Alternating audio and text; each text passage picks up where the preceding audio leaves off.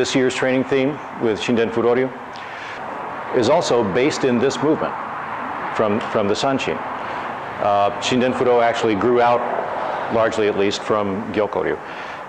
So this fundamental punch, Robert, where you're just standing in Shizen here, it's virtually the same. It doesn't look at, you know, the alignment's not the same. I'm a little more forward with it. I'm not this way or anything like that. But it's the same movement. It's just sequenced a little different. In other words, it's a little less step, coil, uncoil, a little less whip-like. Okay, but I mean the hips are turning the same way. The sequencing's a little different, but this is again just kind of swinging up into position and then the hips coming into it. But it's based in that. It's not quite that movement, but it's based in it. And if you understand that, then it should be easy to do this. Okay. We'll move to the next one. Okay, Sui no Waza. And again, I'm showing these the way that they are, the sequence that they are on the Gyokoryu video from Quest, in terms of whether the initial deflection is down or up. That's how I'm showing it. Doesn't really matter which it is, okay? Because it's not really about the deflections. It's about how you're moving through the strikes, okay? But the second one, on the tape anyway, is shown from Shoshin no Kamae, again, moving offline, and it's an upward movement here, deflecting really with this area here. It's not really a strike per se, okay? So here,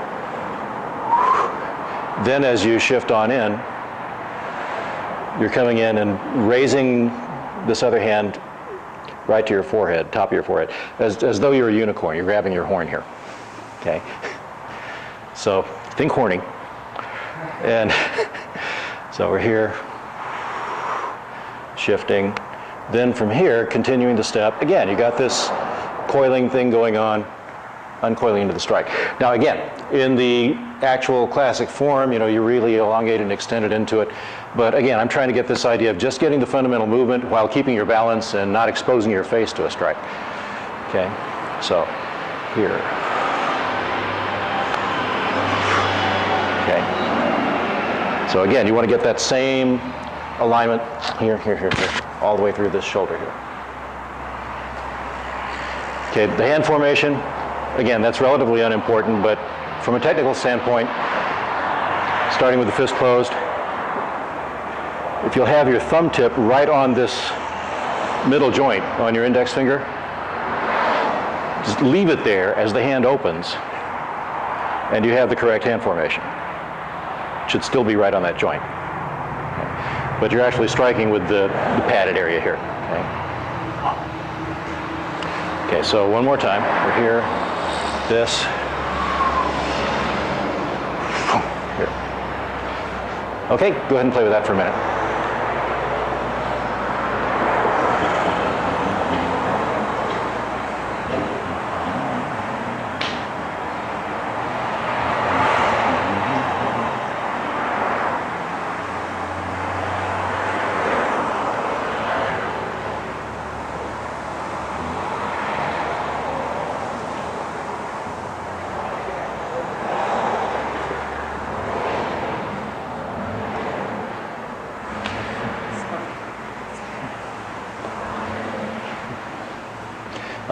Punch at me. Punch at me here. It'll be like this.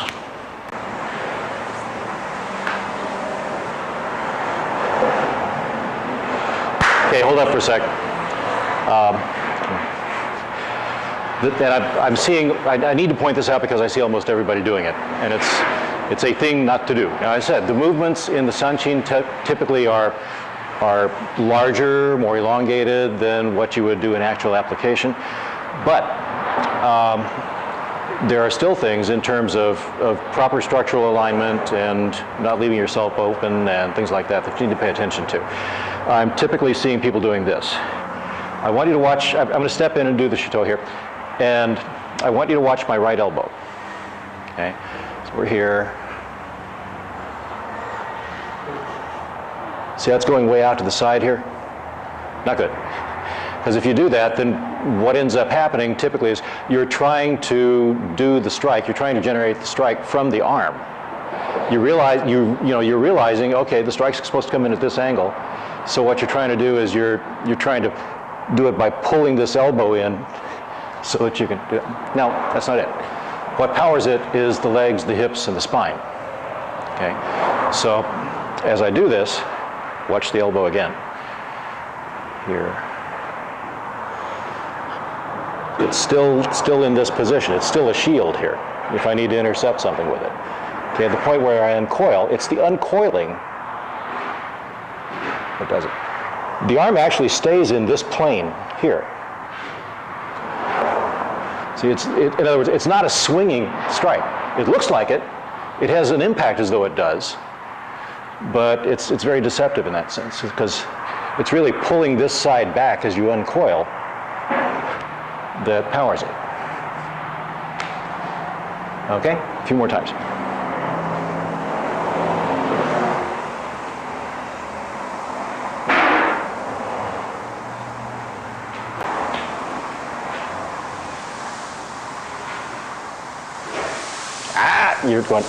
You're doing this. It's good up to this point, right? You're doing this. Yeah. I want to get in that shit.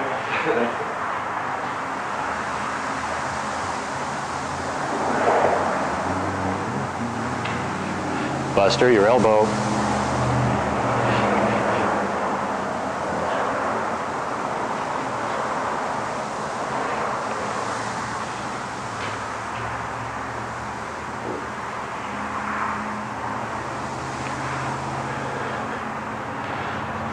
Okay, let's go to the next one. Now, the reason for keeping this alignment of the hand and arm, even on an unpartnered fundamental movement form like this, is something that will become more apparent when we actually get into the Kihon Happo, where you're doing this with another person. You'll understand it better then, okay? But for now, we'll just go ahead and move on to the next one, which is Hino Waza, or the fire form, okay? So again, starting from Shoshin no Kamae, we're angling away, deflecting downward again. And don't forget the flow on this. Again, this is not, two movements. It's not 1, 2, okay? It's one movement. So I'm deflecting downward here, shifting. Same thing as I move in, same position, okay? Then it's now crossbody Shuto coming this way. You want that same alignment. As I said, this will be more apparent when you're actually doing it with another person, but the reason you want that same alignment and that same position is that from there, the other person can't tell until it's really, really late in the movement whether it's going to be this or whether it's going to be that, or whether you're just going to go boom from here, okay? So it's a more neutral position that also keeps you protected within the movement, okay? So one more time here. I'll change the angle a bit. So, angling away. Boom, here. Okay.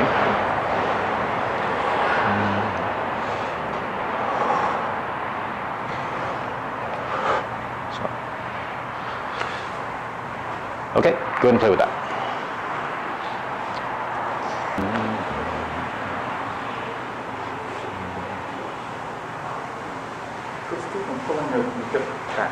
Pardon me? And the last part, you're still pulling back. Yep. Like Yep. Watch me on this thing over here. Okay.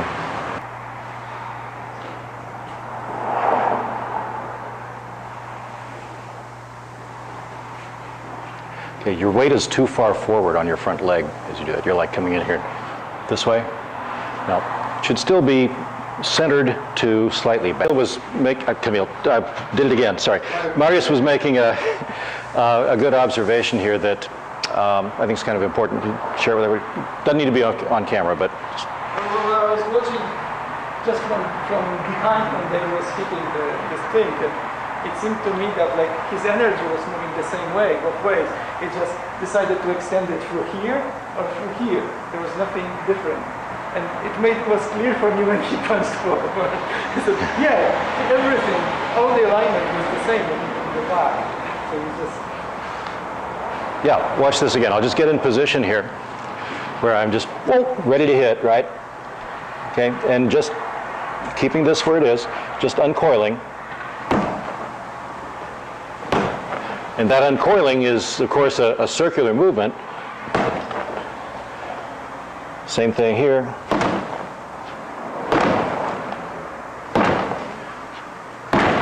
Straight in punch. It's all the same. Okay, so it's the thing in Gyokoryu.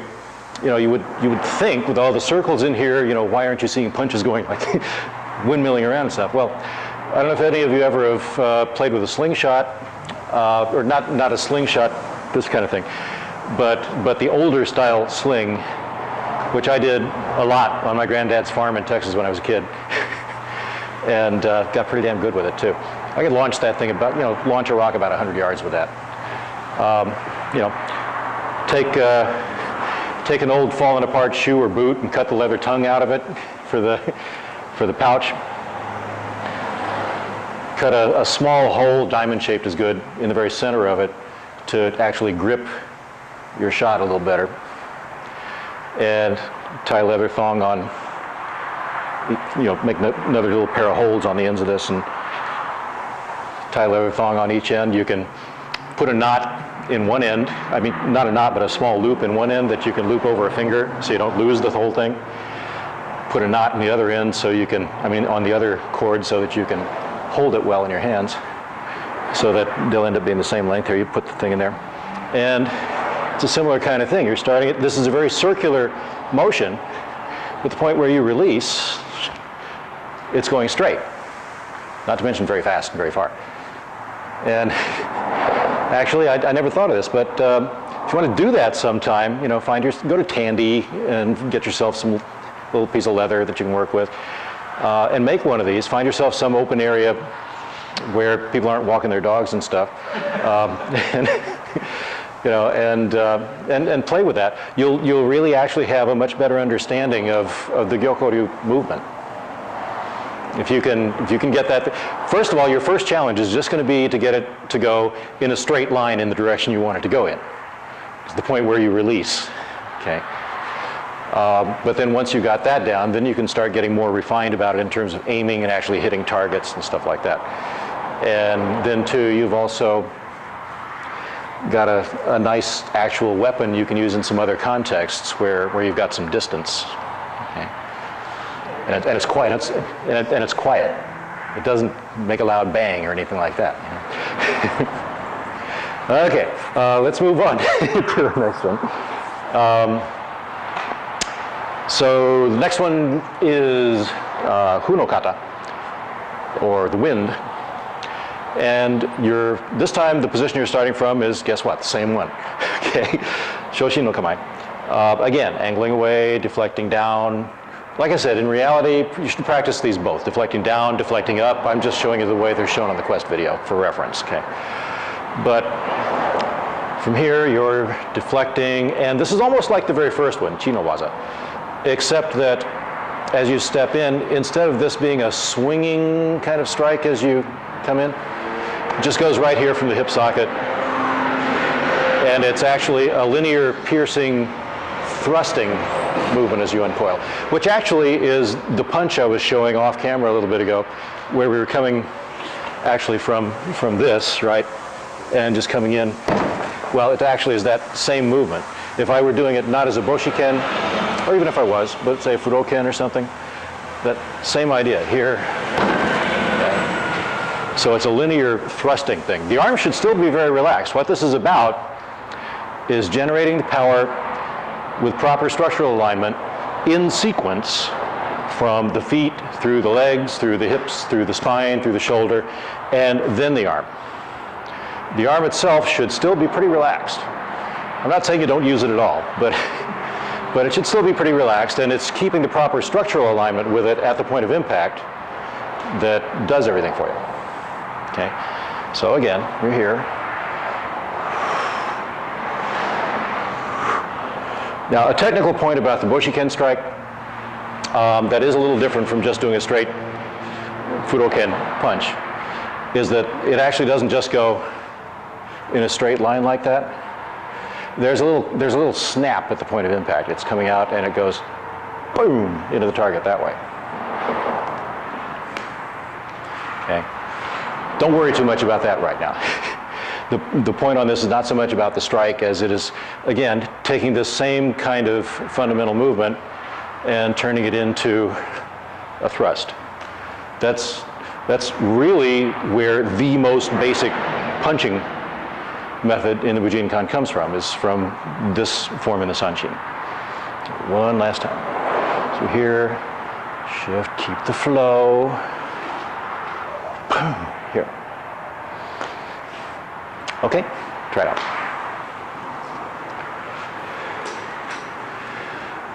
And again, at the point where you finish, the foot and the knee should be in the same plane. Foot, knee, and lead, shoulder, and arm should be in the same plane.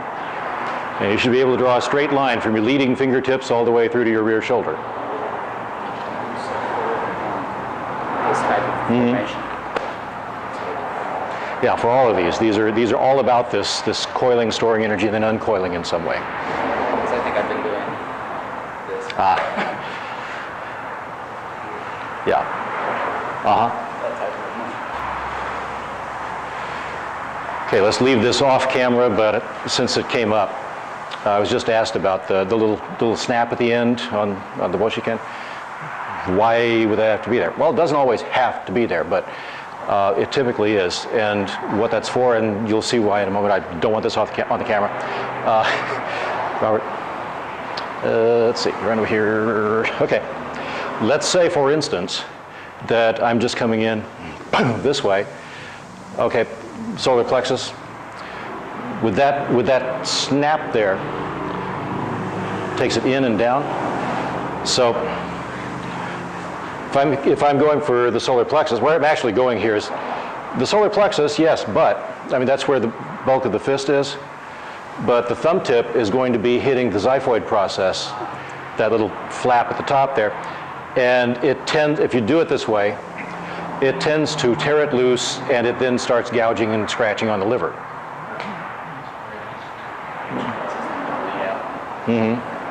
Yeah, you can bleed out fairly fast with it. Not real fast, but probably hours. And if you don't realize what's going on until you just realize, I just feel really lousy, we'll lose you. Maybe I should call 911, and you're pass out, and then, okay. Or also other applications, I mean, it doesn't have to be in this kind of vertical plane this way, but like here, where it's coming up in here and this at the end. So digging, gouging in under the carotid artery and kind of wrenching it outward this way. Lots of applications like that I don't want on tape. Let the folks at bullshido.net think what they want. It's all right. Okay. Back to the camera. We'll go ahead and go into the last one, then take another hydration break, and then we'll start getting into the Kihon Happo and how this movement relates to it, okay, as well as some of the tactical aspects around it. Okay, last one, Kuno Waza, or the void. You're starting from Shoshin no Kamae again, and deflecting downward. Then as you shift your weight back in here, you're bringing this other hand up. This is the most basic version of it that I've seen. Different people in different countries that picked up different aspects of it at different times tend to do it different ways. The Israelis, for instance, will typically be here, and then as they come in, they'll actually bring it up to the side and look this way, because what this is about, it's something to draw the other person's attention. Okay, and so this could end up being, moving in this way to threaten and draw his attention like that. Or it could just be drifting up into his field of vision to obscure it momentarily, and then he kind of has to refocus on what's that? So I mean, there's a number of ways that this could be presented for different reasons. All perfectly valid, okay? But the form of it I like as a basic is from here, shifting back in, just bringing it up this way. And then from here, the idea, his attention has now gone to this. Well, just in that instant, you're doing a stamping kick into the midsection or chest. Okay. Now, one thing about the feet on this, you may find yourself wanting to do something like this. Okay, you're here, boom, and I want you to watch the left foot here. You're coming in this way, and as you come up for the kick, doing that. See how I turned the foot at 90 degrees? Okay, a lot of times, yes, you may do that. Nothing wrong with it. But again, in the formal Sanshin no Kata, specifically as we got it from Harada Sensei a year or so ago when he was captive here in California for a year, he was very insistent that on this one, you're not supposed to turn the feet like that. You keep that same alignment. You're here, and for one thing, doing that, especially if you do it too soon, it may, open the hips, let you really get some good extension into it and all that. But that's really not what the technique is about. Okay. It also, though, if you do that with the wrong timing, then it gives away the fact that this kick is coming, because he sees this opening up and the legs coming up and all that. So the legs basically, the feet should basically stay with this kind of alignment for that kick, rather than. All right. Question?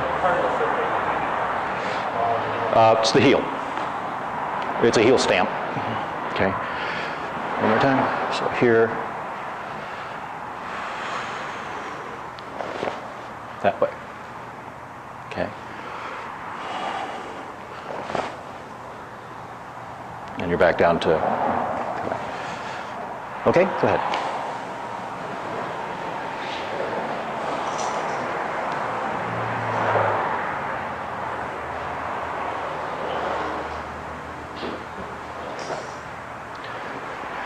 This keeping the feet with that same alignment also closes in and protects your groin as you're coming up for the kick too.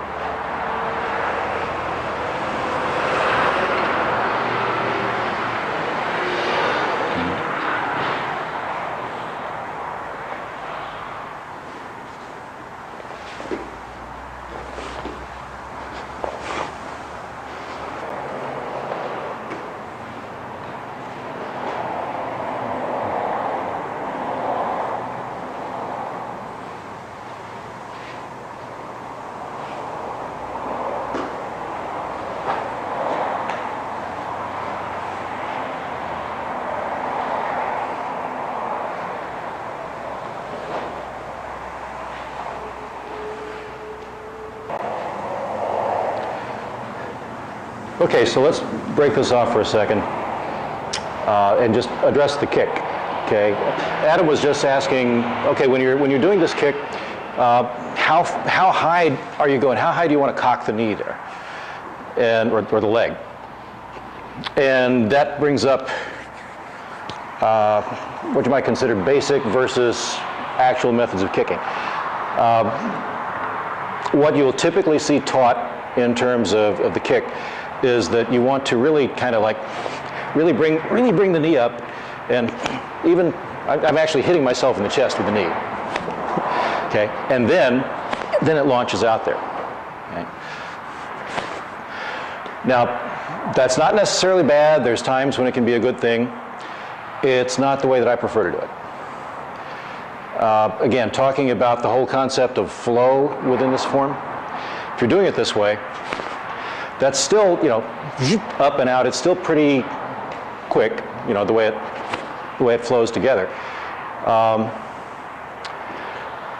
And it can be good if, for instance, you don't mind letting the guy know there's a kick coming, but not letting him know what kind it's going to be. Because from that cocked position, there are several things you can do. Okay. What I actually prefer, as I'm doing it, is, see, depending on what your target is, there may not be a need to bring the knee up quite that high. I mean, obviously, you've got to bring it up higher than the foot is going to be at the point where you're launching your kick.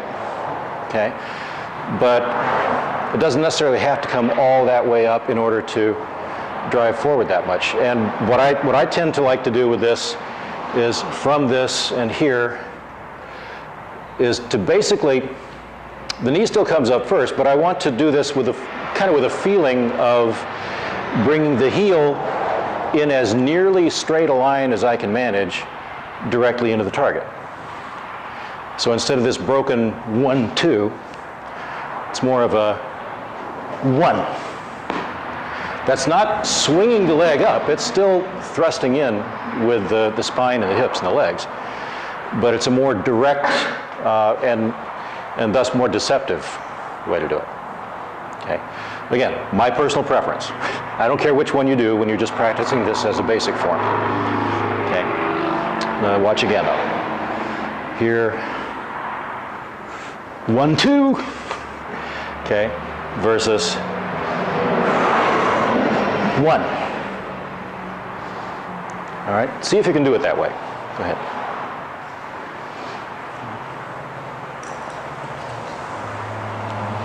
What it was originally, it started from Shoshin, and guy comes in to punch, right? Yeah. Uh-huh. Right, again. So it's, go ahead and just try to punch me. Okay, it's a Choshidori technique. It says in the Tenchi-jin manual that it's Choshidori. So we're here, it's like, Okay. yeah. And that's the original form from the Tenchi-jin. You're not doing the deflection and all that kind of stuff. It actually says in the thing that it's a Choshidori technique, something to take his rhythm and attention. And it just started just from Shoshin here, and he comes in with the punch, and we're like, boom, here. So just drawing his attention. This is just coming up. It's not like, okay, but just boom. After the heel stop when your foot's still straight, is it okay after the kick to turn so you can back in? Yeah, I mean, if you're doing this just as a basic solo form, you know, then yeah, you would be here, shifting, here, boom, and as you come down, so just, okay. So you've got the stomp, boom, and you should be able to, again, in application, you should be able to vary that any way that you want. Start changing, whatever. Okay. Boom. Okay, but again, just as a basic, you know.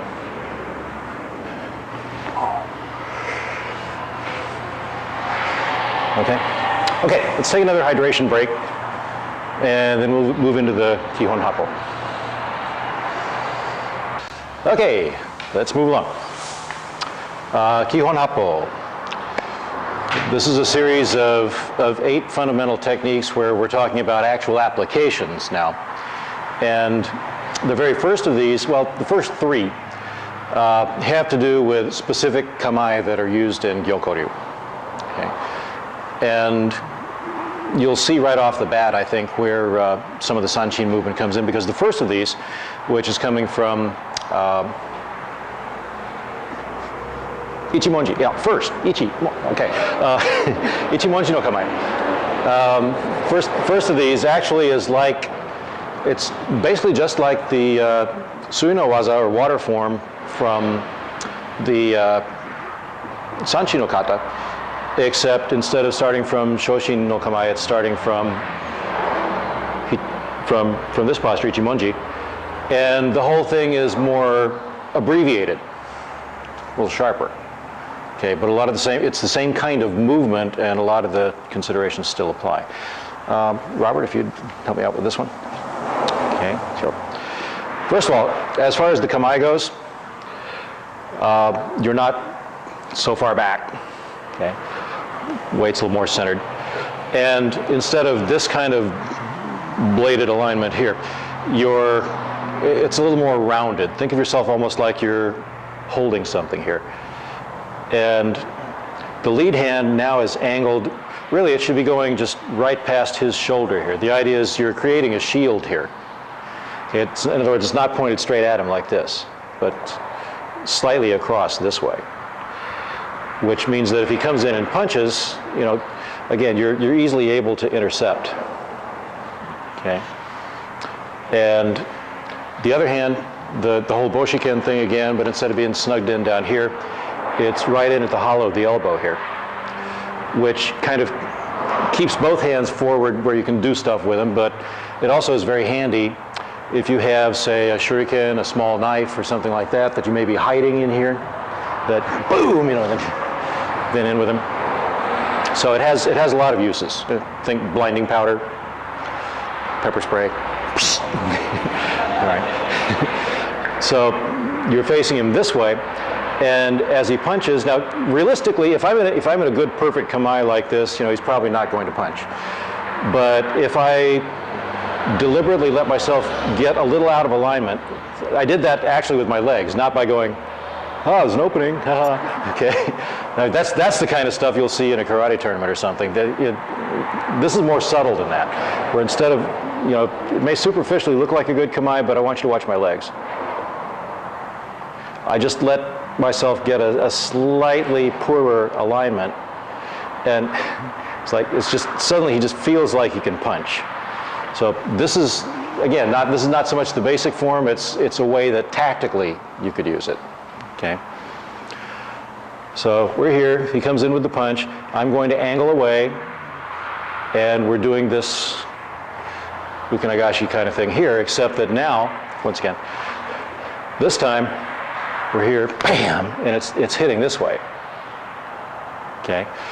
And I'm doing something that you virtually never want to do yourself in most circumstances, but you see people do it in bar fights all the time. And I'm hitting with the two smaller knuckles here. Okay, you'll always see them the next morning. Their hands are all bandaged up and stuff because they just broke these little puppies. Okay, because they tried to apply this in a way it's not meant to be applied, like against the heaviest, hardest bone in somebody's body, and so they tend to break them. But what we're doing here is this strike. You know, it's going into soft tissue in here, so you can get away with it, and it provides more penetrating power. Okay. Also, this is not this kind of it's not a back fist. It's this same movement we were doing with the sanshin, only smaller and not so extended. Okay. Now I'm going to back away from this whole thing for a moment, and now is where I want to borrow your obi, because even though in reality, yes, you do use the muscles of your arm to some extent for the strike, I just want to point out that what is really driving the whole movement is the legs, hips, and spine. Okay? So what I'm going to do is I'm going to use this, and again, you can play with this one at home too, as a training device. What the heck, I'm going to make a bigger fist on the end of this.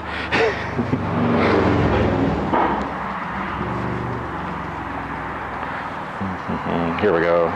Yeah. I mean, nodding it once is enough, really, but this makes it a little more obvious. Okay. So, I'm going to just hold this out extended from my body, and as I move away, I'm going to pretend that this is my arm, but it suddenly has no skeletal structure at all. Okay.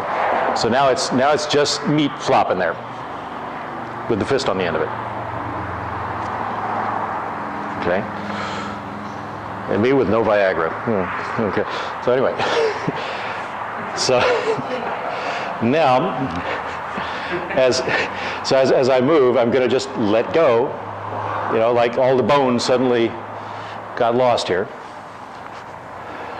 And as he comes in, okay, that's the movement. You can see I'm not using my arm muscles to do this. Okay, it's how the legs and the hips and all that go together. That. Okay, don't try to rely on doing this in a real fight. Just okay, I'll get you. Yeah, come on, give it your best shot. No, it's not.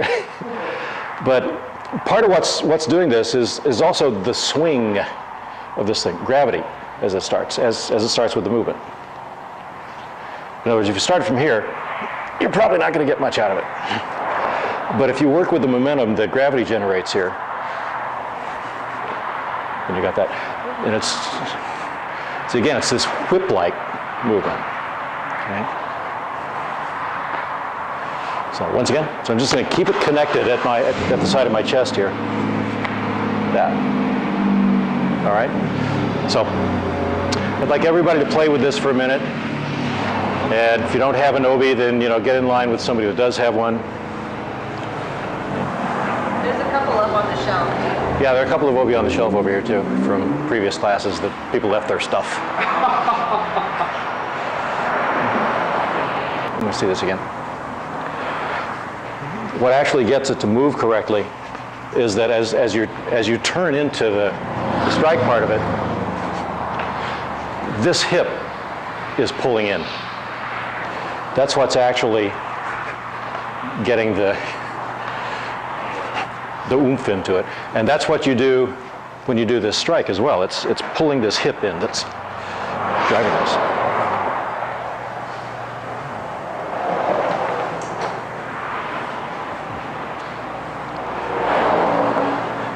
So it's kind of paradoxical. You think you want to push out and hit with your arm, or push from this side of your body, but it's not.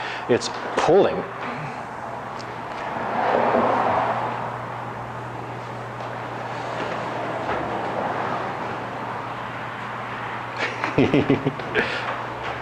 just hold it in a very natural way, just right there, and just keep your fist just right against the chest and shoulder here.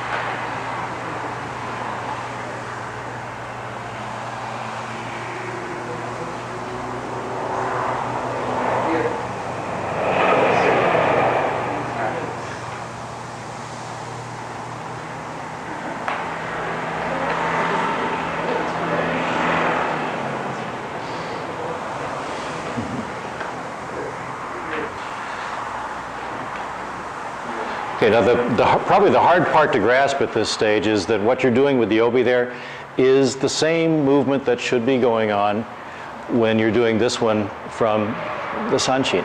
Okay, it's the same movement.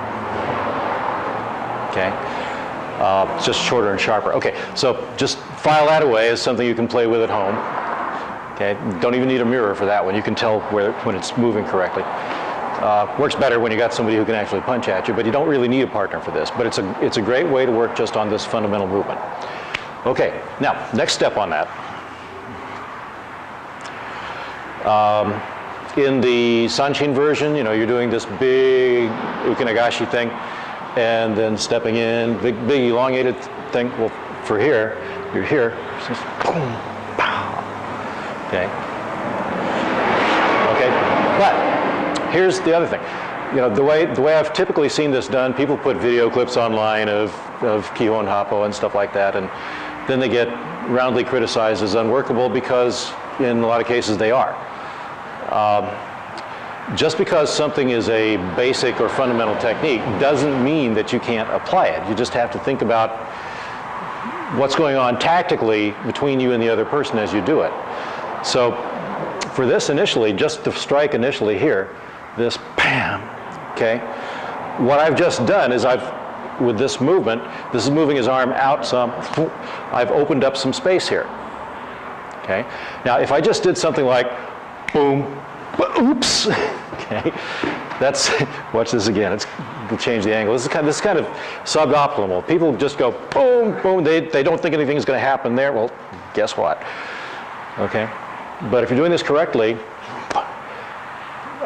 I've just done this. I want to hold that space here, then move in. And I don't necessarily want to go right straight in there either, but I may actually, so I'm coming over a bit more. And of course now, with stepping in this way, I'm going to be jammed in too close to do this, right? So you have to think about your footwork too, at least in terms of how you would actually apply this. So here, boom, right? Holding the space, but that's one possibility. Watch the angle on this arm here too. Here, boom. See, I'm not only moving in a way that's suppressing his movement here, but I'm also protecting myself here. This same thing I was showing with the sunshine.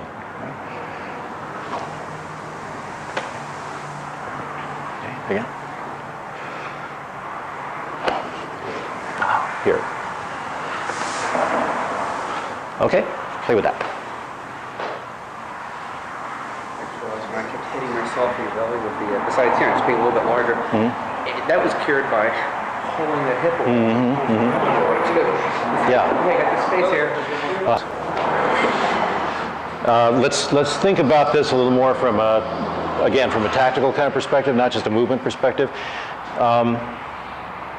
People from outside the Bujinkan often criticize this by saying, yeah, well, that'll never work against a lead hand jab. And well, guess what? They're probably right. So it's not intended to be used for that kind of attack. That's not to say that it'll only work if somebody is way back here and comes all the way in here. No, that's not really true either. But the whole idea behind this is it's to start teaching you how to move in response to a punch by just getting out of the way and getting into a safe-shaped space. So, boom. Okay, I'm in a much better position relative to him now, structurally. His kamae relative to me is broken. I'm still in a very nice kamae here. And I may not do that, or he may do something different. Come in just with a lead hand jab here. And yeah, so, I can still get over here, but if he's, let's say you've switched around, same thing, same right hand punch. And, okay, yeah, but I can still get out of the way, all right? I may be able to get his arm before it retracts, but this is not about being able to hit the arm. What it's about is in terms of where the strike does come in, it's using timing so that when the punch comes in, let's say you're more Shinden Furo style now, you're just gonna boom, come in here, right? Yeah, he's just, just a little step, boom. Okay, with that kind of a thing, just to see what happened to his kamae. Instead of it being aligned here, it was aligned like this. Okay, I already broke his structure. And what happened with that is because of the timing of my movement and the rate of the movement, he also kind of found himself with his foot planted, but sort of wanting to chase me a little bit with that strike. That's what put him out of alignment. So that for a split second there, guess what? Not only is his kamae broken, but he's like, and the fist ends up hanging out there. So the idea here is it's not that you're supposed to be just so cool and quick that you can get out of the way and hit his fist before he can bring it back. It's that you're this is to start teaching you to move in a way that's going to tend to suck him in and overextend him. And when that happens, more often than not, the arm will just end up kind of hanging out there for a split second while he's trying to, hey, what'd you do? Okay, so it's not that this is how you respond if he does this, because in real life he'll probably never deliberately do that. No, it's to start teaching you how to make him do that when he had no intention of doing anything like that. Okay, so once again, next point having to do with this. So here, bam, right at the point where I get planted here. This is, again, the pulling in helps you keep from overcommitting. If you think of this as trying to hit the arm, okay, well, I created that space that I was trying to get, but I'm not in the best position to take advantage of it because I'm wide open here now. I created the space, but I'm no longer controlling it because I overcommitted because of the way I was pushing the strike. If it's this pulling movement, I'm right there. Now I'm in control of the space. Okay, once again, let's change the angle here. So, okay. So now as I'm shifting in, like I said, I can come in this way and change feet, or from here I might want to, any number of ways I might do it. I might just here, depending on what's going on. Something that's going to let me be in that optimum position to go ahead and do this. But now along with that, here, as I move in, again, I'm bringing this up here. Because I not only want to control this area in here, but I want to keep myself safe up in here too, so that if he starts getting it back together a little sooner than I wanted as I'm moving in, well, guess what? I can still suppress that and turn it into something else. Okay, and also from a deceptive standpoint, he can't tell whether I'm going to do this or this. Okay, it can be either one because it comes from the same position. That's part of the form too. I mean, this is just the ura side of the same form. Okay, might also be. All right, so this is all working with the same idea. So now let's play with this with a partner again, but really be sure from this that you're controlling the space as you come in here. Okay, a couple more times before we shift on to the next one.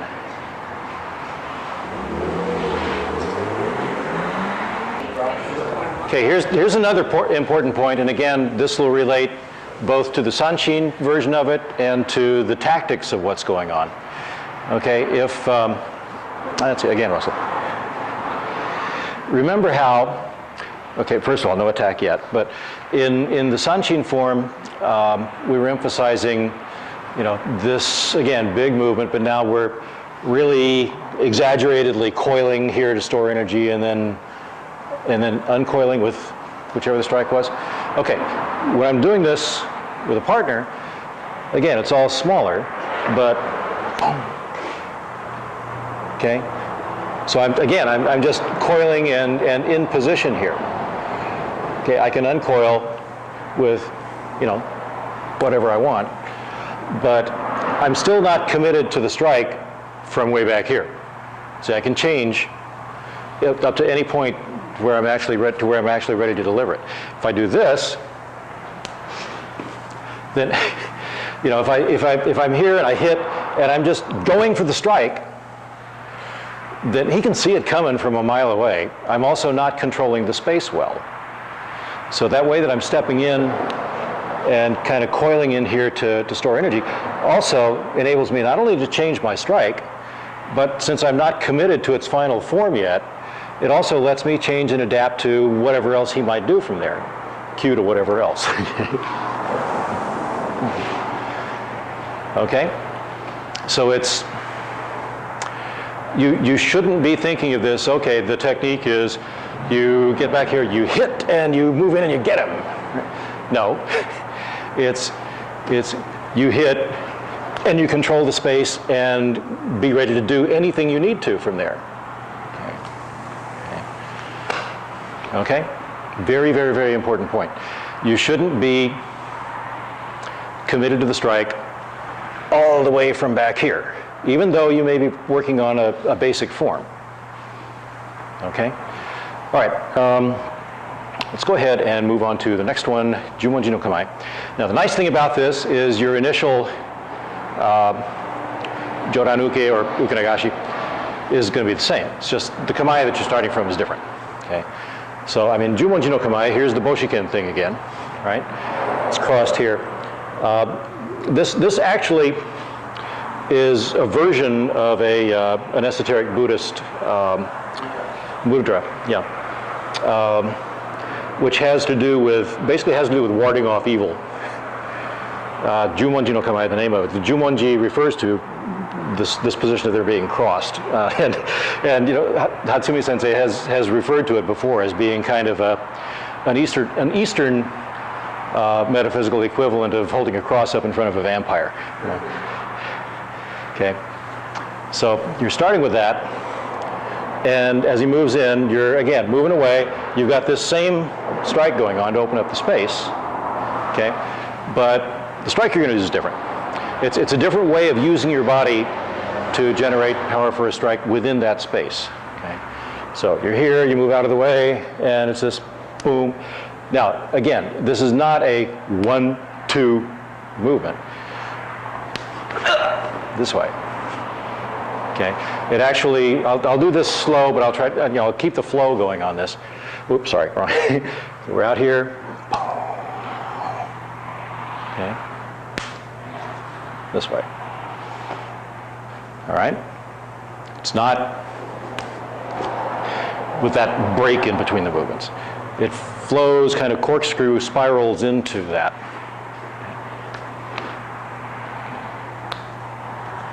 Okay, it then ends with you putting your hand up there to keep him back for a second so that you end up controlling the timing on when he comes in for his next movement. And right now I'm not going to worry about doing these in a series yet, but just this initial movement here.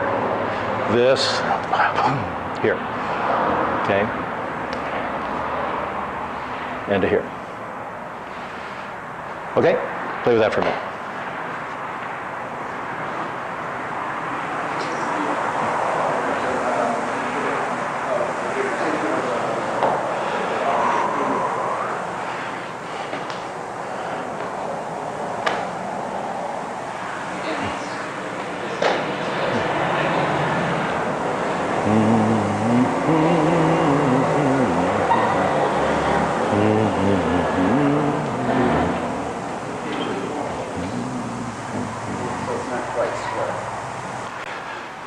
Where you are when you do this is very important too.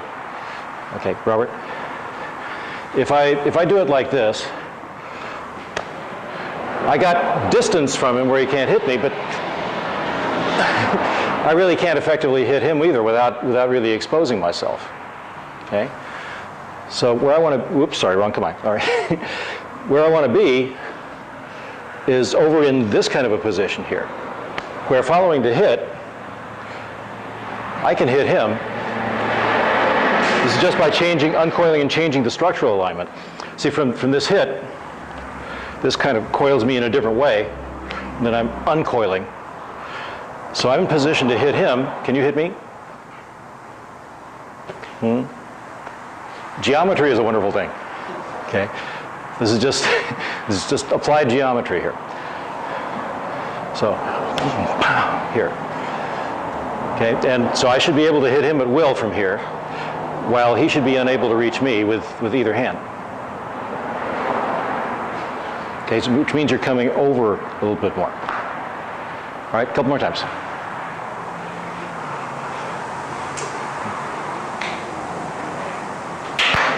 Okay, now another point, this time about what's going on or should be going on with the lower body. Okay.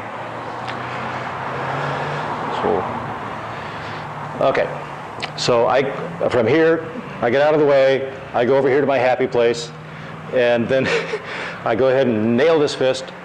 Okay, don't do this. You're opening yourself up to attack from either fist if you do that. Okay, you can run into one. But from this, part of what's happening is I'm changing the alignment of my feet. So I'm here, right? I'm not just going, see what's happening there? I just put myself out of alignment. This foot is pointed over there, while now my fist is going over here. So I have just broken my proper structural alignment in Kamae here. I'm looking like this. Okay? So what I want to do, let's take it again with a punch. Okay, so we're here, right? Okay, now watch what happens with this foot.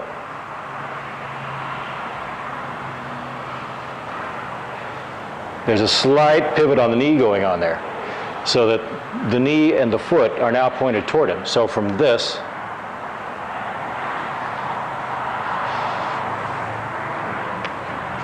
which allows me to stay nice erect, nice and vertical here, okay? So that I don't end up having to do this to come in or break my kamae, okay? Just from there. It's just, that doesn't mean rock back on your heel when you do this. Okay? But from this, feet are firm, boom. But now this movement in here starts setting up the structure for everything else to follow it. And again, it's just an uncoiling here. Just, okay. Okay, a couple more times.